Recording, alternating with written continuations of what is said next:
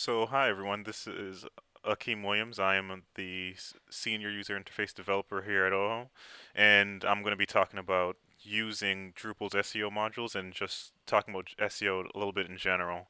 And so, SEO meaning search engine optimization. Usually, it gets sort of a bad rap. It's sort of likened to sort of rigging your site to just appear at the top of Google search results, like with like tricks like putting random keywords in your content or things like that. But there's actually a brighter side of SEO, which is it's more about your content. And so basically, good SEO practices are really good content management practices, like um, updating your content frequently, keeping uh, content tagged with the appropriate categories, or having appropriate navigation and titles for your content and things like that. And so I'm going to talk about sort of modules that will help you in the Drupal area to encourage and help with that particular behavior on your website. So to begin, the keys to good SEO generally include good URL paths, page titles, page descriptions, and tags.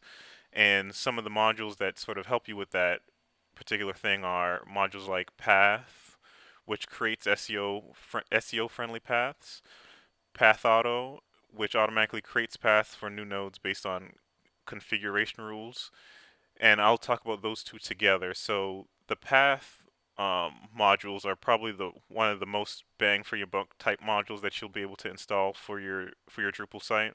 One of the bigger issues with Drupal that you'll find as soon as you start with it is as soon as you create a new piece of content on the site, it immediately becomes orphaned, so to speak. Like every new page by default will just come as slash node slash one or slash node slash two. And when search engines like Google or Yahoo see that sort of URL, there's no sort of extra information attached to that page. Whereas if you had slash about dash us, Google will more be able to read that sort of URL as, oh, this is the about us page. And so basically, we're just adding a little bit more information to the page to help the search engine sort of categorize it. And so what the path module will do, which is installed with Drupal, will allow you to create these paths. So you can change node slash one to about dash us. And the dash used in the URL name is basically just to represent a space. And this is just generally good practice so that Google can read it as about space us. Path Auto is an add-on module that you can download and install that will let you set up rules to do these configurations automatically for you. So if you created a new node with a title of About Us, it would automatically create for you the URL alias of About-Us based on rules. And you can configure these rules for anything that you want. So if you had a event content type, for example, you could say that everything that you create that's an event will appear in slash events slash event dash one, or so on and so forth. To go along forward, uh, the next module is global redirect. And basically this what all this does is prevent search engines from thinking that your nodes are duplicated at multiple URLs. So another sort of inherent issue with Drupal is that the moment you start creating path aliases for your content, you'll have your content at slash node slash one, but also slash about dash us. And Google will see that as two different pages that have the same exact content, and so this will hurt your ranking because it seems like you have duplicated content over and over again. So what global redirect will do is it will tell search engines that the real URL that they should be looking at and should consider is the pretty URL one, which is slash about dash us. And so it sort of uh, makes your results listings a lot more concise. Next up on the list is page title, and it doesn't have a very descriptive name, but basically it'll allow users to set the page title, which is what appears in the browser title bar, different from what appears on the page as the H1. And the reason that you'd want to do that is The title that appears in the browser title bar is actually the title that'll appear in Google search results or Yahoo search results. And sometimes you may want a more descriptive title to appear in those search results than you want to appear in the page itself for the user. For example, if OHO created a page called About Us, we might want the page title that appears in Google to say about OHO Interactive, a web design agency, uh, and so on and so forth. But on the page itself, when somebody's on our site, we may not want such a long title for the user reading the site to read through. We want to just give them, they know they're on OHO Interactive, and then they know they're on the About page. We could just write About.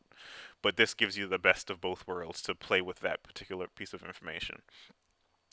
The next module up is Node Words, which is a module that will help you set meta tags for your site. And so the most major meta tag that you'll be considering for your pages is the meta description.